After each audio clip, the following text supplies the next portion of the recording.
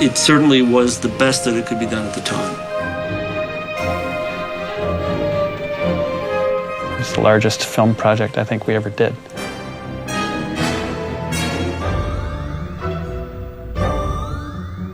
It was the first year of our company, Stetson Visual Services, in 1989, and one of our inaugural projects. We had a shop that was about 45 miles away from DreamQuest Images in Simi Valley, where all the work was shot, and built all the miniatures, which are very large miniature landscapes, in our shop in Westchester, and then trucked them up to DreamQuest for final assembly up there for the photography. It was a very large endeavor. It was the largest film project I think we ever did.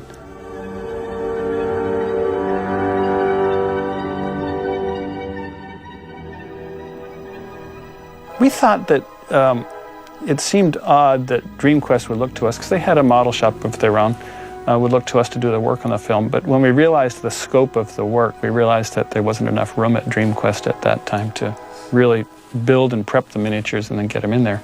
We ended up renting a warehouse next to our shop, so we had about 20,000 square feet of miniature construction space for the movie. And to do that off-site, even though we had to truck the stuff all 45 miles away, it really let us pre-sculpt and pre-build everything and then install it on their stages very quickly.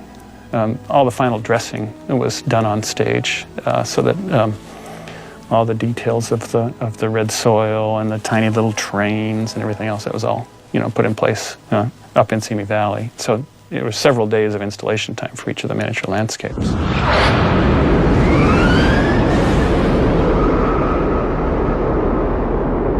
We did not only the Martian landscapes, but also the little vehicles, the spaceship that brings them to Mars, and the little train that he rides across, and then also the reactor interior, the atmospheric reactor interior on the planet in several scales for the work that was done in there, including the explosive firing up of the reactor at the end.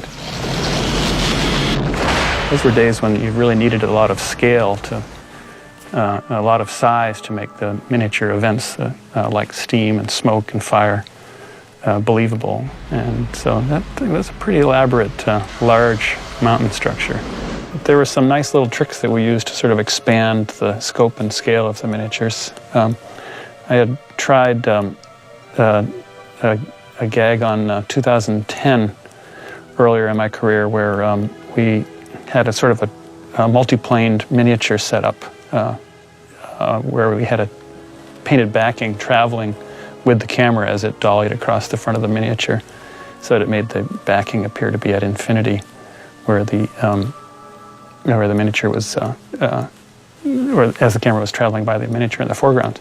We did the same trick on Total Recall in the train ride from the spaceport into the city when Arnold's riding on the train.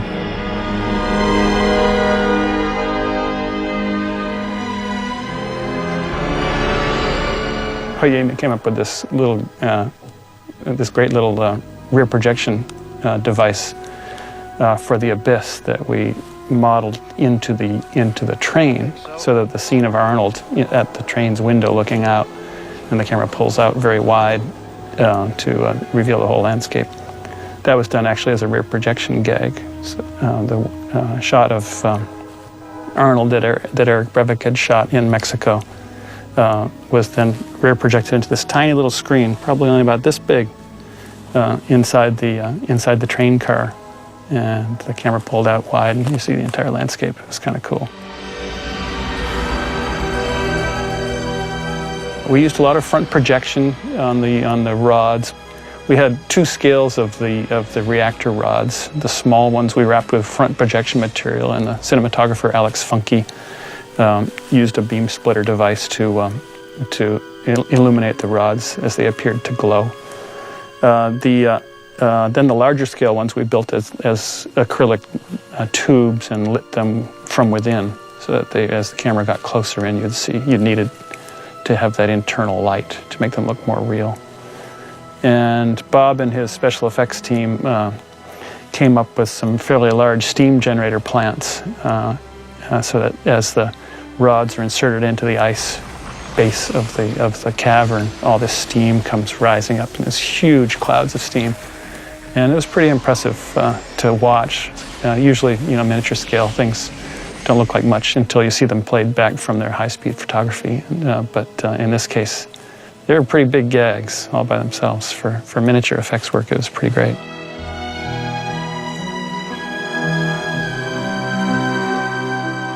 Eric Brevig came up with a really nice gag, I thought, for one of the pull-out shots at the end of the movie, as after the mountain has exploded and the atmosphere is formed. There was a scene where all the mutant residents of the city step outside into the air, and the camera pulls very wide, and we see a final wide tableau of the landscape. And Eric did that with a front projection gag on a little curved screen. It was probably only about that big, built into one of the miniature areas, and the camera pulled back from there, and it was really a seamless integration of the element that was shot for that, I thought. Alex Funke did a really nice gag for moving clouds for those wide scenes too at the end of the movie after the atmosphere was formed. The idea was to show sort of earth lighting at that time, so he had little cloud shapes strung on wires across the top of the set. And again, these were warehouse buildings and not huge stages, so he had a griffle on the top of, the ceiling of the set, as high as he could make it, and bounced the light up into them, and then had these little shadow grids on wires moving, pulled by motion control across the set, and cast shadows practically on the landscape. I thought he did a great job at that. It's really beautiful.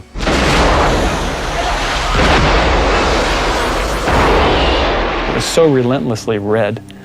We were very worried about it in the days of VHS and red bleed and bloom and all the transfers afterwards. Paul said quite emphatically that he didn't care about the video aftermarket. All he wanted was his film to be red on camera in the theaters, and that Mars, of course, we were working entirely in Mars, and to have this big transition into this red environment was really kind of nice. We ended up with a lot of red stucco dyes dusting very gently over our landscape, so the finished work on it was all in this red powder because of the fine scale we were working in. Everybody got very dirty. Generally, as soon as Alex Funke was done shooting them, we'd take them outside and break them up. And at the end of it, when all the last sets were broken up, we had a bit of a party. And there was a forklift involved that we'd haul the things out, raise them up as high as the forklift would go, and smash them on the ground, clouds of red dust.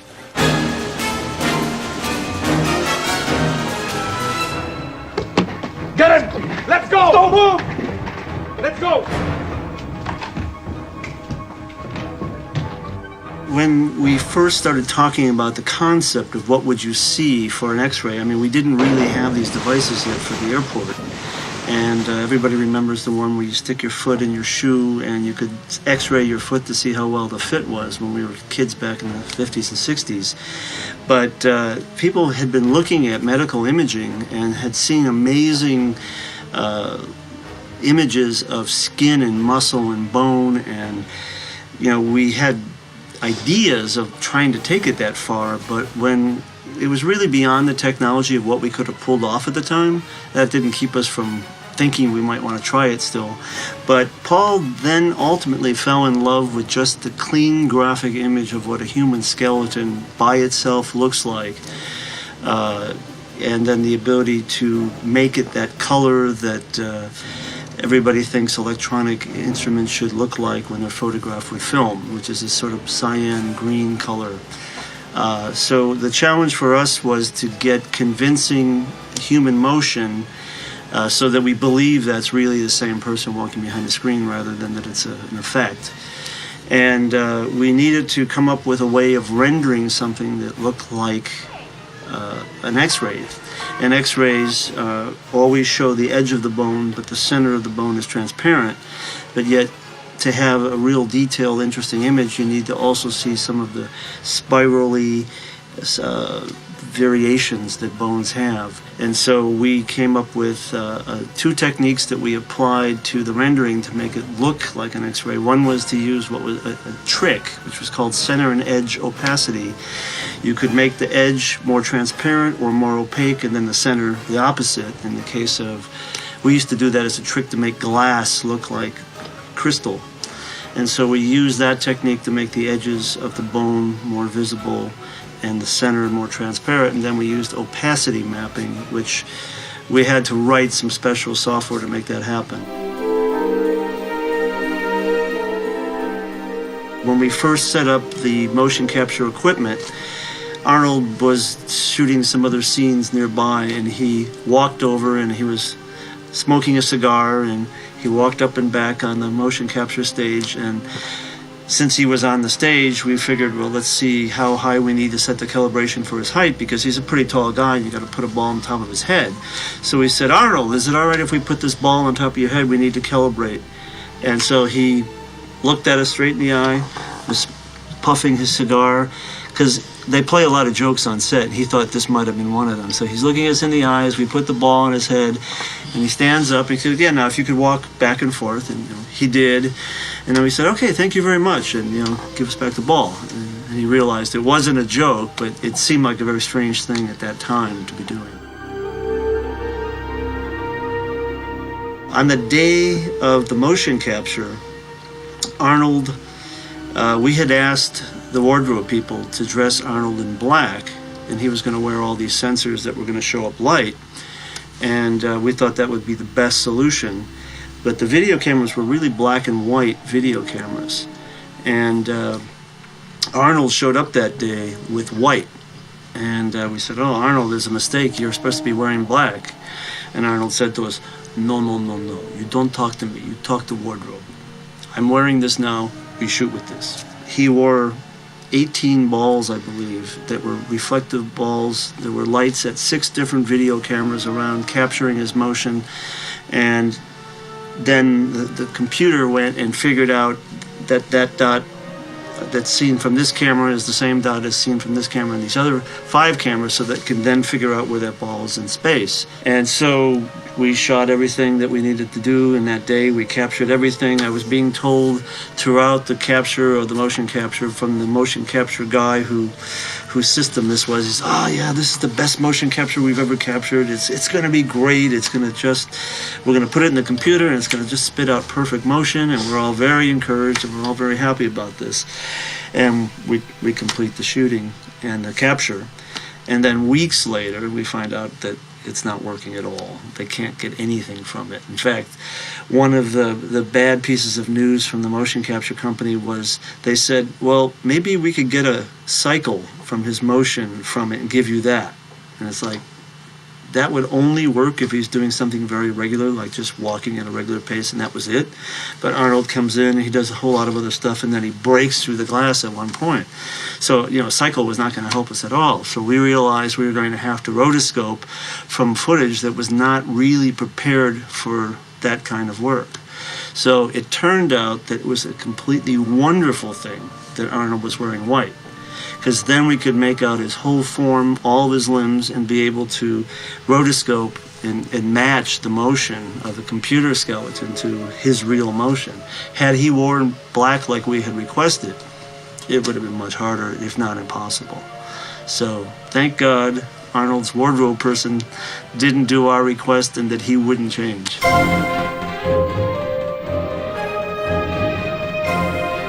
Luckily for us, we shot a backplate camera that showed us the opposite side of the screen, because when the actor walks into the screen, it isn't really an X-ray device, so we don't really see what's going on behind it. We just see them walk in, then they come out the other end, and we don't know what happened in between.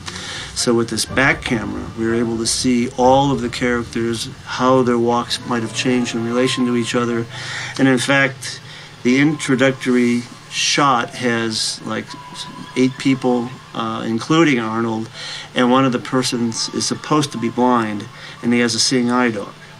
And that dog, as he's walking through the take that Paul liked the best, the dog decided that it would be a nice time to relieve himself. And first, Paul thought it would be funny if the dog actually does that in the X-ray, because, again, from the front, we could make the dog do anything we want, because we couldn't see what he was really doing. But then Paul thought that perhaps that would be too distracting, and people would go away remembering that instead of remembering that this is how the X-ray is supposed to work in a normal situation, because the next time we see it in the film, it's when Arnold has a gun, which it's designed to detect. So he decided to have us make the dog continue to walk normally instead of stop and try to relieve himself. You are now entering a safety zone. No unauthorized weapons allowed beyond this point. You are now entering a safety zone. No unauthorized weapons allowed beyond this point. He was known for having a temper. When we came down to Mexico, we had already heard stories about people who had bad run-ins with him on set, and we were nervous. But Paul was always really great with us. We had a very easy time working with him, and I remember one time we were in the edit room putting together the sequence and refining the animation, and I remember I was sort of pushing a point that I really wanted to see in that particular shot, and Paul just stopped and looked at me, and I realized, oh my God, shut up. I've already said this thing 1 or 2 or 3 times already. He already said no, and he's just looking at me wondering, how many more times am I going to do that? And I just realized, oh, sorry, Paul. He never yelled, he never got upset. It was just very easy to work with him. Sometimes he would be caught trying to say something that was that he was trying to express, some idea that he was trying to verbalize, and there would be times when he would sort of get stuck. I remember he explained to us very well how he wanted the color red for when the device goes off and detects the guns. And we said it could be any color you like, and he said red, but he said red, this very, very long-winded, multiple, repetitious thing that you could just tell that he was really thinking about it. He was sort of having an argument with himself almost in front of us, and then the answer was red, and that was it. Hold it! Don't move! We had the only CG in the film, and at that time, what we did was really hard, and computers were pushed to the limit to do that kind of work at that time, and there was far more handwork required to make it work, since the motion capture technique didn't work directly. So actually, there was a lot of hand keyframed, finessed pieces to it, and the rendering of it and the compositing of it wasn't really that hard for that time. But getting that kind of animation at that time with the tools as they were was very difficult. So we were just happy as heck when we finally delivered the animation. And we were one of the first effects to be delivered as a final. And for us, it was longer than it should have been, and much more scary, that it was going to turn out all right. And when we finally got the final elements delivered for the 15, 16 shots that we had in the film, all this stuff was combined optically back then. So a negative is struck from the original negative, an inner positive and an inner negative, and then our stuff is an original negative, and then there are all these levels of mats and things like that to be able to let the level of opacity and transparency that needed to be there for the X-ray effect on the screen. And so all these things are fine-tuned, but there's lots of layers of celluloid, and they pick up dust. The more times you use the optical elements again, they start to get dirty or scratched, or eventually you get to a point where you need to remake the elements again if you've run the optical too many times. And because the visual effects budget of the movie was challenged already, when we finally had the animation working perfectly, they didn't want to clean the elements. And so my visual effects producer, George Merkert, and myself were thinking, well, this is the biggest thing in our life so far in visual effects that we've ever done, and they don't want to spend the extra money, so maybe if we cough up $6,000, between the two of us, if we tell the visual effects producer that we're willing to do that, so that we rerun the optical with new elements, maybe that'll work. And by telling her that, she was moved that we would even suggest that, but we felt like we're going to look terrible if this thing isn't perfect. We wanted to be the best, and so it sort of moved her, and she made sure that they were paid for another optical run to create the elements again, and it looked perfect the next time we saw it, and we were thrilled. I remembered that when the original film came out, because we were relatively new at doing visual effects in feature films, we didn't really know how to negotiate properly for screen credits. So we were negotiated into a position of having what's called a company credit only. So instead of saying George Merker, Tim McGovern, and the rest of the crew, it just said Metrolight Studios, which was the company that we worked for at the time. And we had hoped that was going to change somehow, but when we went to the cast and crew screening, and we waited through the whole movie, and I saw our effect cut into the whole. That's the first time we saw it cut in context of the entire film. We'd seen pieces, the pieces we had done, but not the rest. And the rest of the work in the movie is fantastic. Especially, again, you have to put everything in the context of 1990 when it came out. But it's so much of it is still great by today's standards. But when we saw the credit at the end and it just said Metrolight Studios, our hearts were broken. We were like, oh God, we don't even get our name on it, for God's sakes. So when the film went on to win the Academy Award for visual effects, and when the producer and director had decided, who the 4 people were going to be named, they thought the visual effects that were done with the computer-generated part had added a dimension to the film that they thought was important enough to mention. That sort of shamed the people who didn't give us a screen credit. So the video tape, which in those days, this was a VHS videotape release, when the VHS tape came out, we had a credit, the names of everybody who worked on the film. So we were very thrilled about that. So years later, when I worked at Sony, I ran Sony Pictures Imageworks. I took it from 8 people up to 250 people. And there was a moment when they said, we got a brand new print from Total Recall. Let's all go take a look at it, and bring the whole company. And so everybody's sitting there and seeing the whole movie and seeing our sequence and clapping when they see the sequence that they knew that I'd worked on.